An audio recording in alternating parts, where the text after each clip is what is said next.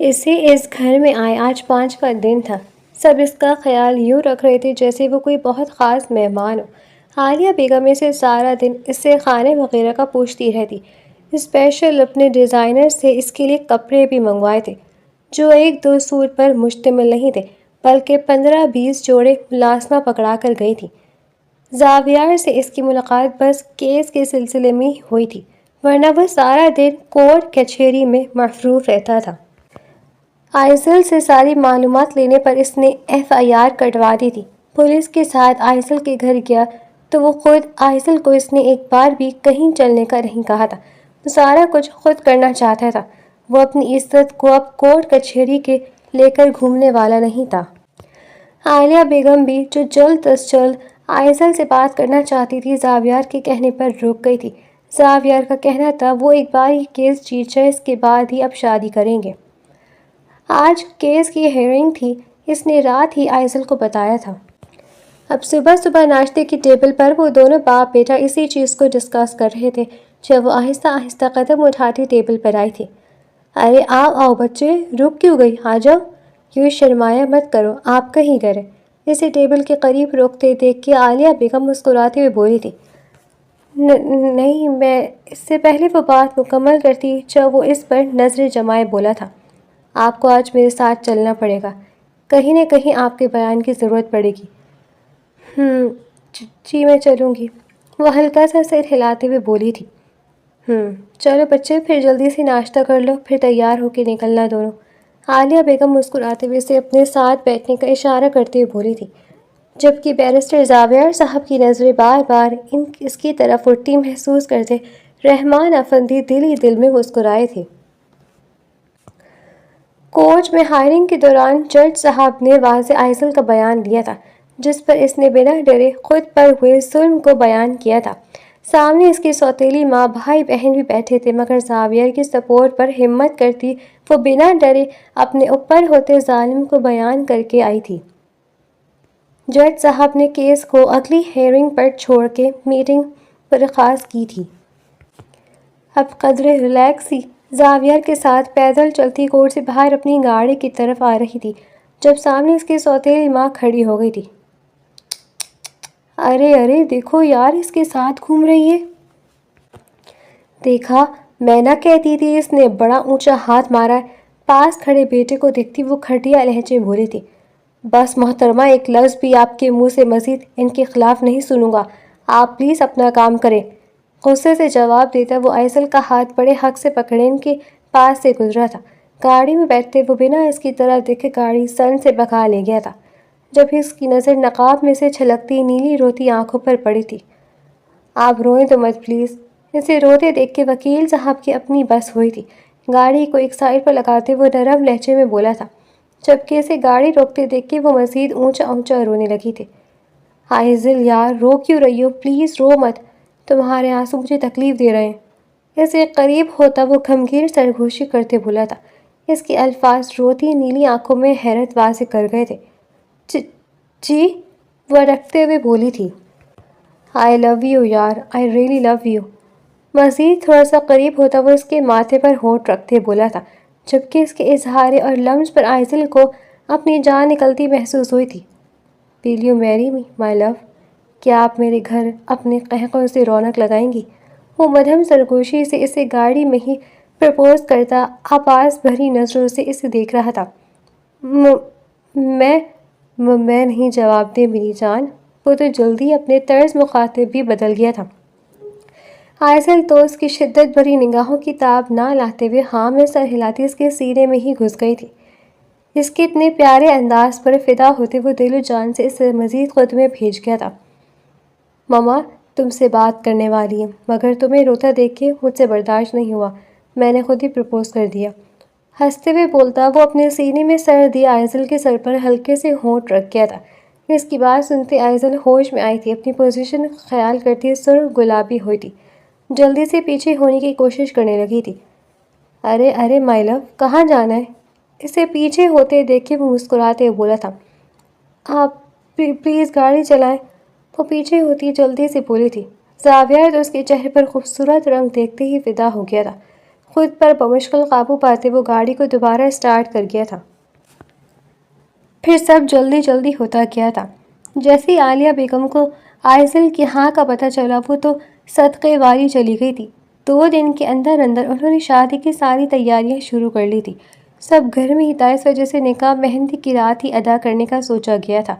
پیلے رنگ کے لہنگے چولی میں پھولوں کی جیولری پہنے، ہلکا ہلکا میک اپ کیے، کھلے لمبے بالوں پر ٹیکا لگائے وہ ایک پھولی لگ رہی تھی۔ جب سے وہ یہاں آئی تھی آج پہلی بار اس نے سر سے دوپٹہ اتارا تھا، بال کھلے چھوڑے تھے، اس کے بال تقریباً گھٹنوں سے نیچے تک جا رہے تھے، براؤن خوبصورت بال اس کے حسن کو مزید 4 چاند لگا رہے تھے۔ مہندی کی رسم سے پہلے سب کی باہمی رضامندی سے کمرے میں ہی اس کا نکاح پڑھا دیا گیا۔ مولوی صاحب کے سامنے قبول بولتے وقت وہ عالیہ بیگم کے گلے لگتی شدت سے رو رہی تھی۔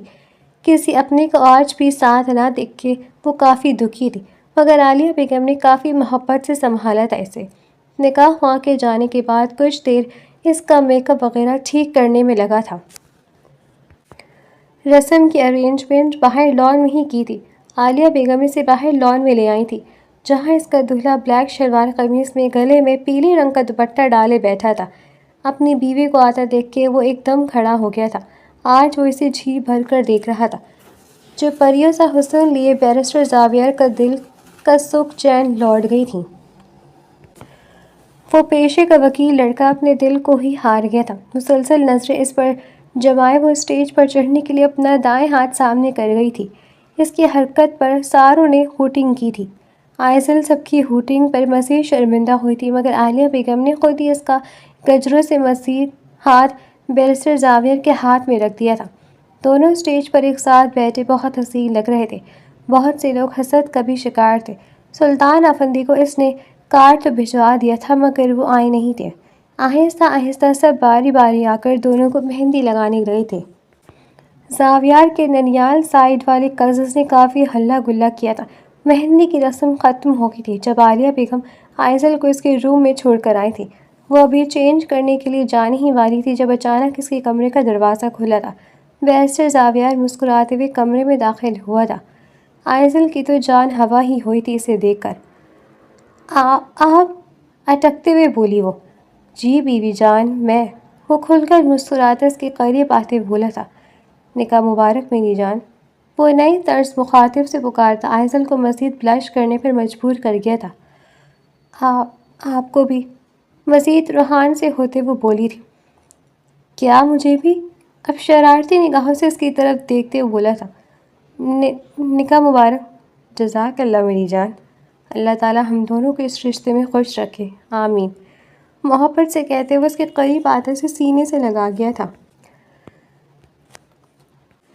شرماتی لے جاتی وہ بھی اپنے دونوں بازو اس کے گرد باندھ کے۔ صبح ہماری زندگی کا بہت بڑا دن ہے۔ سب خیریت سے ہو جائے پرسوں پھر کیس کی آخری ہائرنگ ہے اور میں یقین سے کہتا ہوں فیصلہ ہمارے حق میں ہوگا۔ وہ مسکراتے ہوئے اسے سینے میں مزید بھیجتے ہوئے بولا تھا۔ بہت شکریہ۔ آئزل اسے سینے میں منہ دیے مدھم لہجے میں بولی تھی۔ کس لیے بیوی جان؟ جان نے پوچھتے وہ پھر بھی شرارت سے بولا تھا۔ میری زندگی کو باہر بنانے کے لیے۔ اس کے اتنے پیارے اظہار پر زاویار تھوڑا پیچھے ہوتا اس کے ہونٹوں پر جھکا تھا۔ آئزل تو زندگی میں پہلی بار کسی مرد کے لمس پر کام کر رہ گئی تھی، مگر زاویار کے لمس میں سکون محسوس کرتی وہ مزاحمت کے کھڑی تھی۔ اسے بنا مزاحمت کے کھڑے دیکھ کے زاویار دل سے مسکرایا تھا۔ اسے لگا تھا وہ بھی ٹائم لے گی اس رشتے کو سمجھنے میں، مگر اسے بنا مزاحمت کے دیکھ کے وہ کھل کے مسکرایا تھا۔ تھوڑی دیر مزید اس کی ہونٹوں کو سک کرتے آئزل کی سانسوں کو بھاری ہوتا محسوس کرتے وہ تھوڑا پیچھے ہوا تھا۔ اسے پوچھا ہوتا دیکھ کے آئزل اپنی بھاری سانسوں کو اس کے سینے پر رکھ کے بحال کرنے کی کوشش کرنے لگی تھی۔ وہ مسکرایا تھا، مگر شدت جذبات سے سرخ ہوتی آنکھوں کو بند کیے وہ اپنے جذبات پر قابو پانے کی کوشش کر رہا تھا۔ بس ایک دن کی بات ہے زاویار، پھر وہ تیری ہے۔ دل میں خود کو زرنش کرے وہ بار بار اس کے سر پر ہونٹ رکھ رہا تھا۔ آپ کی آنکھیں ریڈ کیوں ہو رہی ہیں؟ ایک دم سر اٹھانے پر وہ زاویار کی سرخ آنکھوں کو دیکھ کر بولی تھی۔ کچھ نہیں میری جان، اس بات کا جواب صبح ویڈنگ نائٹ پر دوں گا۔ مسکراتے اپنے جذبات کو لگام ڈالے وہ جلدی سے روم سے نکلا تھا۔ آئزل تو ہوا ہپکا بکا اس کی جلدی دیکھ کر اٹھی تھی، مگر اس کے جاتے ہی اپنے منہ پر دونوں ہاتھ رکھ کے وہ شرماتے لے جاتے بیڈ پر گری تھی۔ شام کے 5 بجے کا وقت تھا۔ ایونٹ تقریباً سٹارٹ ہونے ہی والا تھا۔ پارلر والی زاویہ نے گھڑی اپنی ٹیم کے ساتھ بلا دی تھی۔ آئزل کی سوتیلی ماں سے اسے کافی دھمکیاں مل رہی تھی، اس لیے وہ آئزل کی جان پر کوئی رسک نہیں لینا چاہتا تھا۔ ڈارک میرون ویلویٹ کے لہنگا چولی پہ ملبوس، خوبصورت ڈائمنڈ جویلری پہنے، براؤن خوبصورت بالوں کو جوڑا بنائے، بولڈ میک اپ میں وہ نظر لگ جانے کی حد تک خوبصورت لگ رہی تھی۔ آج تو زاویہ کی خیر نہیں تھی۔ پارلر والی اسے مکمل تیار کیے روم سے نکل گئی تھی۔ بارات کا فنکشن بھی بڑے پیمانے پر لان میں ہی ارینج کیا گیا تھا۔ رحمان آفندی کا دل تھا بینکویٹ میں شادی کرنے کا، مگر زاویہ نے اسپیشل اسلام آباد سے ایونٹ پلانر بلائے تھے، جنہوں نے لان کو 4 چاند لگا دیے تھے۔ پارلر والی کے روم سے جاتے وہ کھڑی ہو کر شیشے میں خود کو ہر زاویے سے دیکھتی مسکرا رہی تھی۔ شکر ہے میرا بچہ مسکرائے تو صحیح، صبح سے رو رو کل کیا حال کر دیا ہے۔ کمرے میں آتی عالیہ بیگم اسے مسکراتے دیکھ کر خود بھی مسکراتے ہوئے بولی تھی۔ صبح سے وہ اپنے باپ اور سکی ماں کو یاد کر کے رو رہی تھی، اب جا کے موڈ کچھ اچھا ہوا تھا۔ عالیہ بیگم کی آواز پر وہ مسکراتے ہوئے ان کی طرف دیکھنے لگی تھی، جو سلور رنگ کے قمیص کے ساتھ کیپری پہنے دوپٹے کو کندھے پر سیٹ کیے عالیہ بیگم نہایت خوبصورت لگ رہی تھی۔ میک اپ بس ہلکا پھلکا ہی کیا تھا۔ ماشاءاللہ بہت پیاری لگ رہی ہے میری بہو، عالیہ بیگم قریب آتے اس کی ماتھے پر ہونٹ رکھتے ہوئے بولی تھی۔ آئزل نے ان کی اتنی محبت پر آنکھیں بند کر کے سکون محسوس کیا تھا۔ تھینک یو آنٹی، وہ فوراً شکریہ ادا کرتے ہوئے بولی تھی۔ ارے بھائی تھینک یو کی کیا بات ہے، میری بیٹی ہے بہت پیاری، اور آنٹی نہیں، اب سے زاویہ کی طرح مما بولنے کی عادت ڈالو۔ جی مما، آئزل شرماتے ہوئے بولی تھی۔ عالیہ بیگم نے اسے ساتھ لیے اسٹیج پر آئی تھی، جہاں بلیک شیروانی میں اس کا دولہا سب کو حسن میں مات دے رہا تھا۔ باہر آنے سے پہلے عالیہ بیگم نے اس کے چہرے پر گھونگھٹ دے دیا تھا، جس کی وجہ سے زاویہ اس کا چہرہ دیکھنے سے قاصر تھا، مگر گھونگھٹ کا فائدہ اٹھائے آئزل نے اسے جی بھر کر دیکھا تھا۔ آئزل کے آ کر ساتھ بیٹھنے پر وہ مسکرایا تھا۔ سلامی وغیرہ کی رسم کے بعد کھانا کھاتے ہی رخصتی کی رسم ادا ہو گئی تھی۔ لان سے کمرے تک ہی تو جانا تھا۔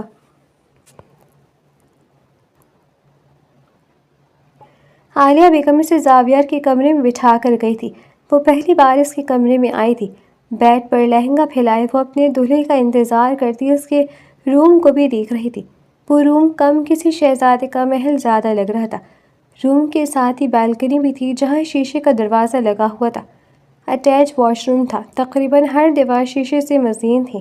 وہ کمرہ کم شیشے کا محل زیادہ لگ رہا تھا۔ کمرے کے وسط میں خوبصورت جہازی سائڈ ویز رکھا تھا، جسے ویڈنگ نائٹ کی مناسبت سے سرخ پھولوں سے سجایا گیا تھا۔ اوور نہیں کیا ہوا تھا، بس کہیں کہیں گلاب کے گلدستے رکھے ہوئے تھے۔ سائڈ ٹیبل پر خوبصورت سی کینڈل رکھی گئی تھی۔ کافی خوابناک سا ماحول بنا ہوا تھا۔ وہ روم کی خوبصورتی میں اس قدر کھوئی تھی کہ کمرے میں آتے اپنے دولہے کا نوٹس ہی نہیں لیا۔ اس کے ارد گرد دیکھنے میں مگن دیکھے وہ مسکراتے ہوئے اپنی شیروانی اتار کر صوفے پر رکھتا بالکل اس کے قریب آ کر کھڑا ہو گیا تھا۔ گھونگھٹ اس کے سر پر اب نہیں تھا، اب وہ سکون سے اپنی بیوی کو دیکھ سکتا تھا، جو اتنی خوبصورت لگ رہی تھی کہ زاویہ کا دل تیز تیز دھڑکنے لگا تھا۔ بیوی جان، اب مجھے اس کمرے سے جیلسی ہو رہی ہے۔ اسے اتنے مگن انداز میں دیکھتے دیکھتے وہ بالکل قریب ہوتا جالسانہ انداز میں بولا تھا۔ آپ کب آئے؟ اس کی آواز پر ڈرتے وہ ایک دم اچھلی تھی۔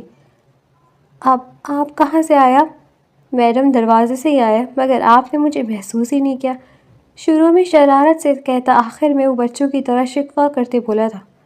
نہیں وہ مدھم لہجے میں پریشان ہوتے ہوئے بولی تھی۔ اس کی تو سزا ملے گی آپ کو۔ اسے پریشان ہوتے دیکھ کے وہ مزید شریر ہوا تھا۔ میں نے جان کر نہیں کیا، آپ روم میں نہیں تھے تو بس۔ وہ تو رونے والی ہو گئی تھی۔ آنکھوں میں سزا کے نام پر ایک دم نمی آ گئی تھی۔ سزا کے نام پر سوتیلی ماں کی مار پیٹ یاد آ گئی تھی۔ آئزل کی آواز میں نمی محسوس کرتے زاویہ اپنے مذاق پر لعنت بھیجتا جلدی سے اس طرف جھکا تھا۔ آئی ایم سوری میری جان، میں تو مذاق کر رہا تھا۔ میں آپ کو سزا دے سکتا ہوں بھلا؟ اس کے قریب ہوتے اسے یوں نہیں بیٹھے سینے سے لگائے وہ گھمگیر لہجے میں بولا تھا۔ مجھے لگا آپ ماریں گے، وہ روتے ہوئے بولی تھی۔ ایسا دن کبھی نہیں آئے گا میری جان، میں تو اپنی بیوی جان سے اونچے لہجے میں بات نہ کروں۔ وہ ہنستے ہوئے بولا تھا۔ رکیں، آپ کی منہ دکھائی تو دے دوں، اتنی پیاری لگ رہی ہیں۔ محبت سے لبریز لہجے میں اس کے ماتھے پر شدت سے ہونٹ رکھتا وہ سائڈ ٹیبل سے ڈبی اٹھانے لگا تھا جو شاید جب وہ آیا تھا تب رکھی تھی۔ ریڈ ویلویٹ کی خوبصورت ڈبی اس کے مردانہ ہاتھوں میں دیکھ کے آئزل ہلکا سا مسکرائی تھی۔ اس میں کیا ہے؟ آہستہ سے پوچھا تھا۔ خود دیکھ لی جانے من، محبت سے کہتا وہ اسے ڈبی پکڑا گیا تھا۔ آئزل نے آہستہ سے ڈبی کا ڈھکن کھولا تو اس کے اندر خوبصورت بریسلیٹ دیکھ کر مسکرائی تھی۔ گولڈ اور ڈائمنڈ سے بنی وہ بریسلیٹ اس قدر خوبصورت لگ رہی تھی کہ آئزل خوشی سے دونوں ہاتھ منہ پر رکھ گئی تھی۔ زاویہ نے بریسلیٹ ڈبی سے نکال کر اسے پہنانے کی غرض سے اجازت لی تھی۔ ہاں میں سر ہلاتی ہوئی مسکراتی ہوئی اسے اجازت دے گئی تھی۔ زاویہ نے بریسلیٹ اس کی خوبصورت مہندی چوڑیوں گجروں سے مزین کلائی میں پہنائی تھی۔ بریسلیٹ کی ہک لگاتے وہ اپنے گرم ہونٹ اس کی نازک کلائی پر رکھ کیا تھا۔ اس کے لمس پر آئزل شرمائی تھی۔ میں جولری اتار دوں؟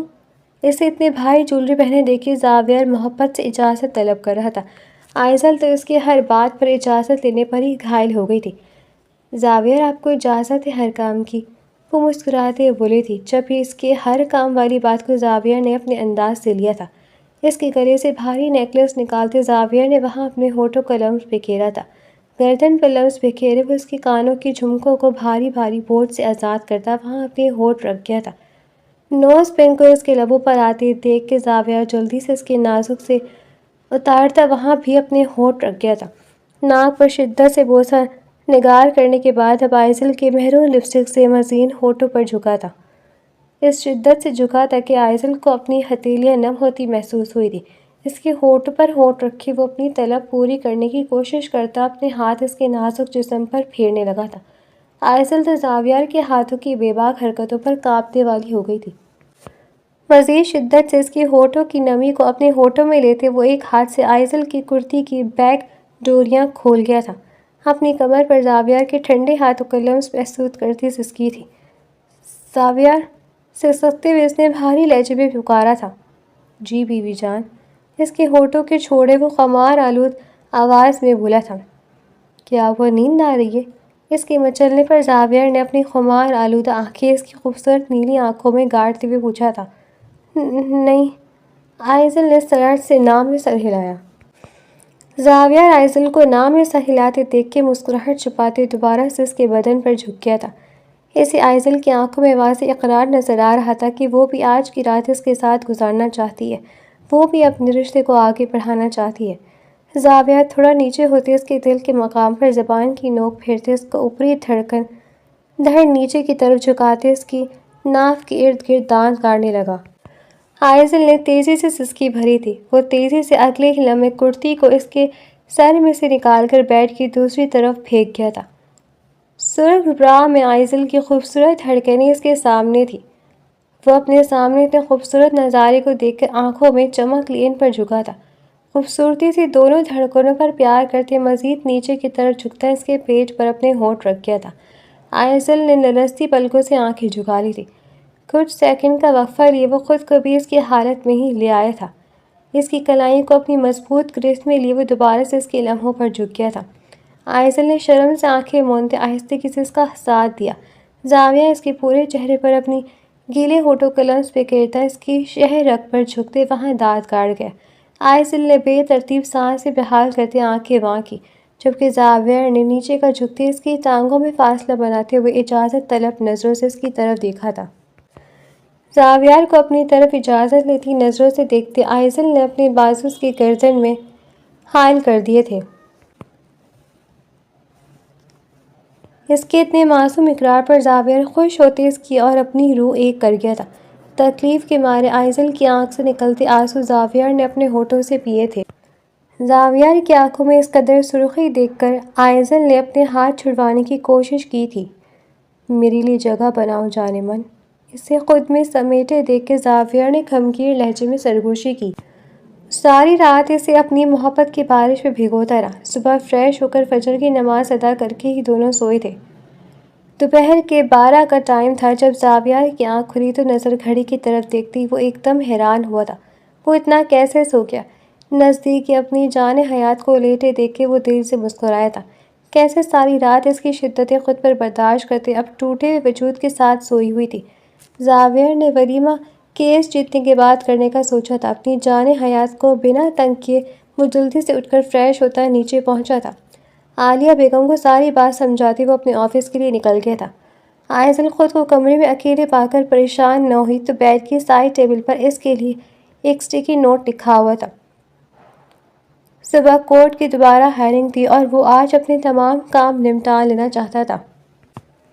تقریباً 2 بجے اس کی آنکھ کھلی تھی۔ خود کو کمرے میں اکیلا پا کر وہ پریشان ہونے ہی والی تھی جب سائڈ ٹیبل پر پڑے سٹیکی نوٹ پر نظر گئی تھی، جہاں خوبصورت ہینڈ رائٹنگ میں اس کے لیے بہت پیاری وشز لکھی ہوئی تھی اور کچھ ایسی باتیں لکھی ہوئی تھی جنہیں پڑھ کر وہ شرم سے سرخ گلابی ہو گئی تھی۔ کتنی دیر وہ زاویہ اور خود کے بارے میں سوچتی رہی، پھر گزرتے ٹائم کا احساس کرتی وہ فریش ہوتی، کامدار بھائی سکن لانگ قمیض کے ساتھ سکن کیپری پہنے اور میچنگ سرخ دوپٹہ اوڑھے اچھے سے تیار ہو کر نیچے کی طرف بڑھ گئی تھی۔ آج کورٹ کی فائنل ہیئرنگ تھی۔ رات دونوں نے بہت اچھے سے گزاری تھی۔ آئزل کو سلانے کے بعد وہ تقریباً ساری رات ایک کیس پر کام کرتا رہا۔ اب صبح 9 بجے کورٹ میں جانا تھا۔ اس کا ذرا بھی دل نہیں تھا آئزل کو ساتھ لے جانے کا، مگر کیس کی وجہ سے آئزل کو بھی ساتھ چلنا تھا۔ ناشتہ کرتے ہی وہ دونوں کورٹ کے لیے نکل گئے تھے۔ کورٹ میں تمام ثبوتوں اور گواہوں کے مد نظر رکھتے ہوئے فیصلہ آئزل کے حق میں کیا گیا تھا۔ آئزل کی ماں کو 6 سال سزا ہوئی تھی جبکہ اس کے بھائی کو ایک بھاری جرمانہ بھرنے کا نوٹس ملا تھا۔ کیس جیتنے کی خوشی میں وہ دونوں کورٹ سے باہر نکلتے ایک دوسرے کے گلے لگے تھے۔ آئزل کی پراپرٹی دوبارہ اسے مل گئی تھی۔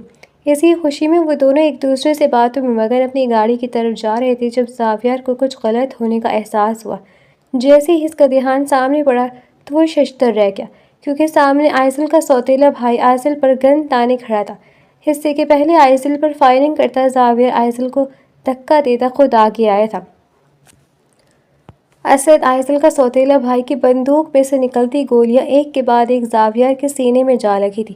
اپنی گولیاں آئزل کی جگہ زاویہ کو لگتے دیکھ کے آئزل کا بھائی فوراً وہاں سے بھاگا تھا، جبکہ آئزل زاویہ کو اپنے سامنے نیچے گرتا دیکھ کے زور سے چیخی تھی۔ زاویہ پلیز آنکھیں کھولے، زاویہ کیا ہو گیا آپ کو؟ زاویہ پلیز آنکھیں کھولے۔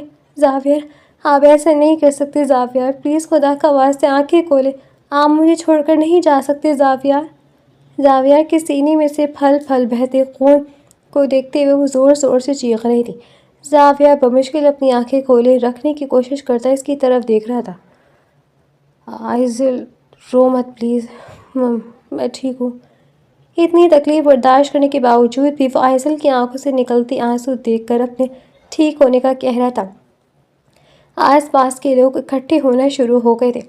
بیرسٹر زاویہ کو یہاں کون نہیں جانتا تھا، اس لیے فوراً لوگ آگے بڑھتے جیسے تیسے کرتے اسے ہسپتال پہنچا گئے تھے۔ کیسا ہے میرا بچہ؟ کیا ہوا اسے؟ عالیہ بیگم کو جیسے ہی پتہ چلا تھا وہ فوراً ہاسپٹل پہنچی تھی۔ سامنے بدحواسی آئزل کو دیکھتی وہ اس کے قریب آتے ہوئے بولی تھی، اور جب سے زاویہ کو آپریشن تھیٹر لے گئے تھے تب سے وہیں دروازے کے سامنے بیٹھی دروازے کو گھور رہی تھی، رو رو کر اب آنسو بھی سوکھ گئے تھے۔ آنٹی پلیز بچا لیں زاویہ کو، آنٹی بچا لیں پلیز آنٹی، وہ مر گئے، وہ مجھے مارنے آئے تھے مگر زاویہ آگے آ گئے۔ آئزل کی باتیں سنتی عالیہ بیگم میں سے گلے لگاتے خود بھی رونے لگ گئی تھی، جبکہ رحمان افندی جلدی سے ان کے قریب آتے ضبط کی انتہا پر ان دونوں کو چپ کروانے کی کوشش کرنے لگے تھے۔ اندر سے اپنے بیٹے کو یوں دیکھ کے وہ خود بھی تڑپ رہے تھے، مگر اگر ان دونوں عورتوں کو چپ نہ کروائے تو وہ یوں ہی روتے روتے مر جائیں گی۔ انہیں چپ کرواتے کافی وقت گزر گیا تھا جب ایمرجنسی روم سے ڈاکٹر باہر نکلی تھی۔ بیرسٹر زاویہ کے ساتھ کون ہے؟ ڈاکٹر نے باہر آتے ارد گرد دیکھتے ہوئے کہا تھا۔ جی میں ہوں، زاویہ کا فادر۔ رحمان افندی جلدی سے آگے آتے ہوئے بولے تھے۔ ارجنٹ بی نیگیٹو بلڈ کی ضرورت ہے، آپ جلد از جلد اس کا ارینجمنٹ کروا دیں، ہمارے بلڈ ڈونر میں فی الوقت ہے نہیں اویلیبل۔ ڈاکٹر صاحب آپ بتائیں تو صحیح پلیز میرا بیٹا کیسا ہے؟ رحمان فی الوقت ڈاکٹر کی بات سنتے فوراً باہر کی طرف بھاگے تھے، مگر عالیہ بیگم جلدی سے اٹھتی ان کے قریب آتے ہوئے بولی تھی۔ میم آپ صرف دعا کریں، انہیں دوا سے زیادہ دعا کی ضرورت ہے، ان کے لیے دعا کریں۔ دونوں گولیاں ان کے دل کے بہت قریب لگی ہیں اور ان کا خون بھی بہت زیادہ بہہ گیا ہے، جس کی وجہ سے ان کی کنڈیشن بہت کرٹیکل ہے۔ آپ پلیز ان کے لیے دعا کریں، اللہ تعالیٰ سب کی سنتے ہیں۔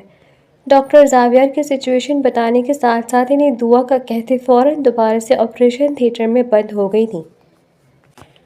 ڈاکٹر کی آواز اتنی ضرور تھی کہ دور بیٹھی آئزل نے وہاں سے سنی تھی۔ ڈاکٹر کے جاتے وہ اونچی آواز میں رونے لگی۔ یا اللہ میرے زاویار کو ٹھیک کر دے، یا اللہ ابھی تو میں نے خوشیاں دیکھی ہیں، یا اللہ پلیز انہیں ٹھیک کر دے، یا اللہ آپ سے ان کی لمبی زندگی کی دعا مانگتی ہوں، یا اللہ میرے زاویار کو ٹھیک کر دے۔ وہ وہیں بیٹھی اپنے دونوں ہاتھ اٹھائے اپنی رب سے دعا مانگنے لگی تھی۔ دور کہیں اذان کی آواز سنائی دی۔ عالیہ بیگم اذان کی آواز سناتے دیکھ کے فوراً ہسپتال میں بنے پریئر روم کی طرف بڑھی تھی، جبکہ وہ دعائیں کرتی خود میں ہمت جتاتی اٹھی تھی۔ تقریباً پورا ایک دن گزرنے والا تھا۔ وہ پریئر روم میں بیٹھی رو رو کر اپنے رب سے اپنے شوہر کی زندگی کی دعائیں مانگ رہی تھی۔ کل کا ناشتہ ہی کیا ہوا تھا، کچھ کھانے پینے کا بھی ہوش نہیں تھا۔ 3 سے 4 دفعہ وہ آپریشن تھیٹر کے باہر کھڑی ہو کر بھی اسے دیکھ آئی تھی۔ بار بار اندر جانے کی ضد کر رہی تھی، جس پر ڈاکٹر نے سختی سے منع کیا ہوا تھا۔ پھر دوبارہ پریئر روم میں آ کر رونے لگ جاتی۔ اب بھی صبر نہ آئے تو دوبارہ سے آپریشن تھیٹر کی طرف گئی تھی۔ عالیہ بیگم خود رو رو کر نڈھال تھی۔ رحمان آفندی بلڈ کا انتظام کرنے کے بعد سے وہیں آپریشن تھیٹر کے باہر بیٹھے ہوئے تھے۔ اپنی بہو کو دوبارہ سے اس طرف آتے دیکھ کے وہ اٹھ کھڑے ہوئے تھے۔ میرے بچے دعا کرو اس کے لیے، یوں رو رو کر مت۔ اسے دوبارہ سے آپریشن تھیٹر کے دروازے کے سامنے کھڑے ہوتے دیکھ کے رحمان آفندی تڑپتے ہوئے بولے تھے، بابا جان میں کیسے صبر کروں، ابھی تو مجھے خوشیاں ملنی تھی بابا جان، وہ مجھے کیسے چھوڑ کر جا سکتے ہیں بابا جان، انہیں کہیں نہ وہ اٹھ جائیں۔ بابا جان اپنے دونوں بازو آپریشن تھیٹر کے شیشے کے دروازے پر مارتے ہوئے تڑپ تڑپ کر بول رہے تھے۔ نئی نویلی دلہن کے ہاتھوں میں پہنی چوڑیاں ٹوٹ کر اس کے بازو پر گر گئی، زخم کر گئی تھیں۔ اسے تڑپتے دیکھ کے رحمان آفندی اپنے سینے سے لگا کے، ان کے لیے کہاں آسان تھا اپنے گبرو جوان بیٹے کو یوں نالیوں میں جکڑا دیکھنے کا۔ اپنے بیٹے کے پیچھے سے اپنی بہو کا خیال بھی تو انہیں خود ہی رکھنا تھا۔ میرا بچہ بس کر دو، اللہ تو اپنے سب بندوں کی دعائیں سنتا ہے، انشاءاللہ وہ تمہاری بھی سنیں گے۔ رحمان آفندی آئزل کو دلاسا دیتے اپنے آنسوؤں کو اس سے چھپانے کی کوشش کر رہے تھے۔ ڈاکٹر کو باہر نکل کر اپنے آفس میں جاتے دیکھے وہ تڑپتے ہوئے رحمان آفندی کے گلے کے پیچھے ہوئی تھی، ڈاکٹر کے پیچھے بھاگی تھی۔ ڈاکٹر پلیز مجھے بتائیں میرے زاویار کب تک ٹھیک ہو جائیں گے؟ ڈاکٹر کے آفس میں پہنچنے سے پہلے وہ ان کے قریب پہنچتے روتے ہوئے بولی تھی۔ ڈاکٹر نے ایک طرز بھری نگاہ اس نئی نویلی دلہن پر ڈالی تھی۔ بیرسٹر زاویار کو کون نہیں جانتا تھا، میڈیا کی دنیا پر وہ ابھرتا ستارہ تھے، اس لیے وہ بڑی اچھی طرح ان کی ابھی نئی ہوئی شادی کو جانتے تھے۔ اب بس ان کے لیے دعا کریں، اس سے زیادہ میں آپ کو کچھ نہیں کہہ سکتا۔ ان کی طبیعت بہت کرٹیکل ہے، اگر انہیں کل صبح تک ہوش نہ آئے تو وہ کوما میں جا سکتے ہیں۔ ڈاکٹر علی آئزل کو جھوٹی امید دینے کی بجائے صاف صاف لفظوں میں اسے بتاتے اس کے سر پر ہاتھ رکھتے اپنی آفس کی طرف بڑھ گئے تھے۔ پیچھے وہ ڈھہ سی گئی تھی۔ ڈاکٹر علی کے جانے کے بعد بھی وہ کتنی دیر انہی کی باتوں کو سوچتی وہیں کھڑی رہی تھی۔ پھر ایک دم ذہن میں کچھ آنے پر وہ باہر کی طرف بھاگی تھی۔ زاویہ کا ڈرائیور ہسپتال کے باہر ہی کھڑا تھا تاکہ رحمان آفندی کو اگر کسی بھی چیز کی ضرورت ہو تو فوراً لے آ سکے۔ آئزل کو باہر آتے دیکھ کے وہ جلدی سے اس کی طرف بڑھا تھا۔ بیوی جی کہاں جانا ہے آپ کو؟ وہ جو رکشے کی تلاش میں ارد گرد دیکھ رہی تھی، سامنے زاویار کے ڈرائیور کو آواز سنتی اس کی طرف دیکھنے لگی تھی۔ وہ اپنے حواس میں نہیں لگ رہی تھی۔ مجھے یہاں لے چلو، تڑپتے ہوئے کہتی وہ ڈرائیور کو اپنے گھر کا پتہ بتانے لگی تھی۔ اپنے گھر کے سامنے پہنچتے وہ ڈرائیور کو وہیں روکنے کا کہتی گھر کے اندر بڑھی تھی۔ سامنے اس کی بہن اس کے بھائی کو کھانا دے رہی تھی۔ ماں شاید جیل میں تھی، اس کا بھائی اسے سامنے دیکھ کے جلدی سے کھڑا ہوا تھا۔ تم یہاں کیا کر رہی ہو؟ مری نہیں ابھی تک؟ مجھے تو لگا تھا شوہر کو مرتے دیکھ کے خود بھی مر جاؤ گی۔ لعنت ہو تم پر، ابھی تک یوں ہی گھوم رہی ہو۔ مروا دیے نا شوہر کو، اس کا بھائی آپے سے باہر ہوتے چیخا تھا، جبکہ وہ بنا اس کی سنے اپنے کمرے کی طرف بڑھی تھی جہاں وہ پہلے رہا کرتی تھی۔ اس کا بھائی اناپ شناپ بکتا اس کے پیچھے ہی آ رہا تھا، مگر وہ اپنے کمرے میں جاتی اپنی کبرڈ کی طرف بڑھی تھی۔ اپنی کبرڈ کو کھولتے، اس میں خفیہ دراز کو کھولتے، اس پر کوئی پاسورڈ لگاتے اسے اوپن کر گئی تھی۔ سامنے اس کے باپ کی پسٹل پڑی تھی۔ کبھی بہت پہلے مرنے سے پہلے اس کا باپ اسے دے کر گیا تھا، آج وہ اس کے کام آ گئی تھی۔ بنا 1 منٹ کی دیر کیے وہ پسٹل نکالتے اپنے بھائی پر تان گئی تھی۔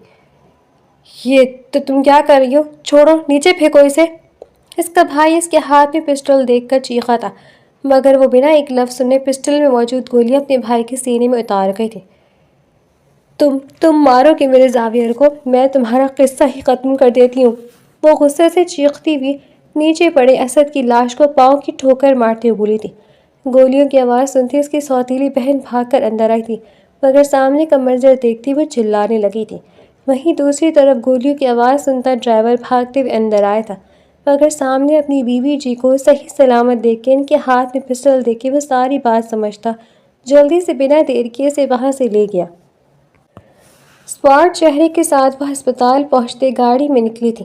کہیں سے بھی یہ نہیں لگ رہا تھا وہ کسی کو قتل کر کے آ رہی ہے، نہ جانے اس کے دل میں کیا سمائی ہوئی تھی۔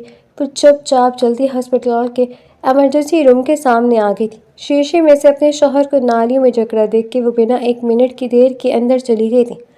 بدحواسی سے آئزل کو دیکھ کے اندر کھڑی نرس ابھی کچھ بولتی جب وہ ہاتھ کے اشارے سے اسے باہر نکلنے کا اشارہ کر رہی تھی۔ نرس نوجوان سی لڑکی تھی، وہ شاید اس کی جذبات کو سمجھتی تھی۔ نہ بھی کچھ کہے وہ چپ چاپ دروازے سے باہر نکل گئی تھی۔ نرس کے جاتی وہ نالیوں میں جکڑے زاویہ کے قریب کھڑی ہوئی تھی۔ اس کے چہرے پر لگے آکسیجن ماسک کو دیکھتی وہ تکلیف سے آنکھیں میچ گئی تھی، مگر خود بے ہمت لٹاتی وہ زاویہ کے منہ سے آکسیجن ماسک اتار گئی تھی۔ آپ اٹھ کیوں نہیں رہے؟ آپ کو سمجھ نہیں آ رہا میں آپ کی گنہگار کو سزا دے آئی ہوں زاویہ، اٹھیں پلیز، مجھ سے بات کریں زاویہ۔ وہ روتے بلکتے زاویہ کے زردی مائل ہونٹوں پر ہونٹ رکھ گئی تھی۔ آکسیجن ماسک اتارنے پر زاویہ کی جو سانسیں اتھل پھتل ہوئی تھی، آئزل کے ہونٹ رکھتے زاویہ کی سانسیں کھینچنے پر کچھ ہموار ہوئی تھی۔ اٹھ جائیں زاویہ، میں بدلہ لے آئی ہوں آپ کا، اٹھ جائیں، آپ کو خدا کا واسطہ ہے زاویہ، ورنہ میں بھی مر جاؤں گی۔ زاویہ، میرے ساتھ آپ ایسا نہیں کر سکتے۔ زاویہ، آج دوسرا دن ہے زاویہ، آپ نے مجھے اکیلا چھوڑا ہوا ہے، اب آپ کو نہیں لگے گا کہ میں ڈر جاؤں گی؟ زاویہ، خدا کا واسطہ ہے زاویہ، اٹھ جائیں۔ زاویہ کے ہونٹوں سے اپنے ہونٹ جدا کرتی وہ روتے ہوئے بولتی اس کی آنکھوں پر ہونٹ رکھ گئی تھی۔ زاویہ، مجھے آپ کی طلب ہو رہی ہے۔ زاویہ، زاویہ اٹھ جائیں، میں اس طلب میں کہیں مر نہ جاؤں زاویہ، مجھے آپ کی طلب ہو رہی ہے۔ وہ روتے ہوئے اس کے سینے پر ہلکے ہلکے مکے برسانے لگی تھی جب اسے زاویہ کے وجود میں حرکت ہوتی محسوس ہوئی۔ زاویہ کے وجود میں حرکت محسوس کرتی وہ ایک دم پیچھے ہوئی تھی جہاں اس کا شوہر اس کی محبت ہلکی ہلکی آنکھیں وا کرنے کی کوشش کر رہا تھا۔ زاویہ، زاویہ آنکھیں کھولیں زاویہ، وہ تڑپتے لہجے میں اسے پکارتے ہوئے بولی تھی۔ آئزل، آئزل میری جان، بمشکل ہمت کرتے ہوئے اپنی محبت کو اپنے سامنے دیکھتے ہوئے بولا تھا۔ جی میں ڈاکٹر کو بلاتی ہوں۔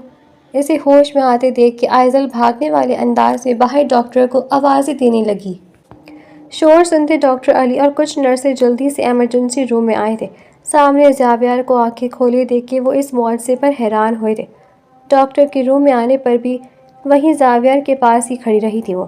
ڈاکٹر علی ضروری ٹریٹمنٹ کرنے کے بعد زاویہ کو سکون آور انجیکشن لگاتے وہ آئزل کو اپنے آفس میں آنے کا کہتے ہوئے اپنی آفس کی طرف بڑھے تھے۔ باہر عالیہ بیگم اور رحمان آفندی کو جیسے ہی پتہ چلا وہ فوراً سے شکرانے کے نفل ادا کرنے چلے گئے تھے۔ ڈاکٹر سے ملنے کے بعد وہ بھی شکرانے کے نفل ادا کر کے ابھی واپس وارڈ کی طرف آئی تھی جب مسکراتے ہوئے عالیہ بیگم اس کے گلے سے لگی تھی۔ شکریہ میرے بچے، آج تمہاری وجہ سے میرا بچہ زندہ ہے، بہت شکریہ میرے بچے۔ عالیہ بیگم اس کے گلے لگتے مسلسل آئزل کا شکریہ ادا کر رہی تھی۔ کچھ گھنٹے بعد زاویہ کو ہوش آ گیا تھا۔ سب باری باری اس سے جا کر ملے۔ آئزل اپنی باری پر روم میں جاتی اسے دیکھے اونچا اونچا رونے لگی۔ کیا ہوا بیوی جان؟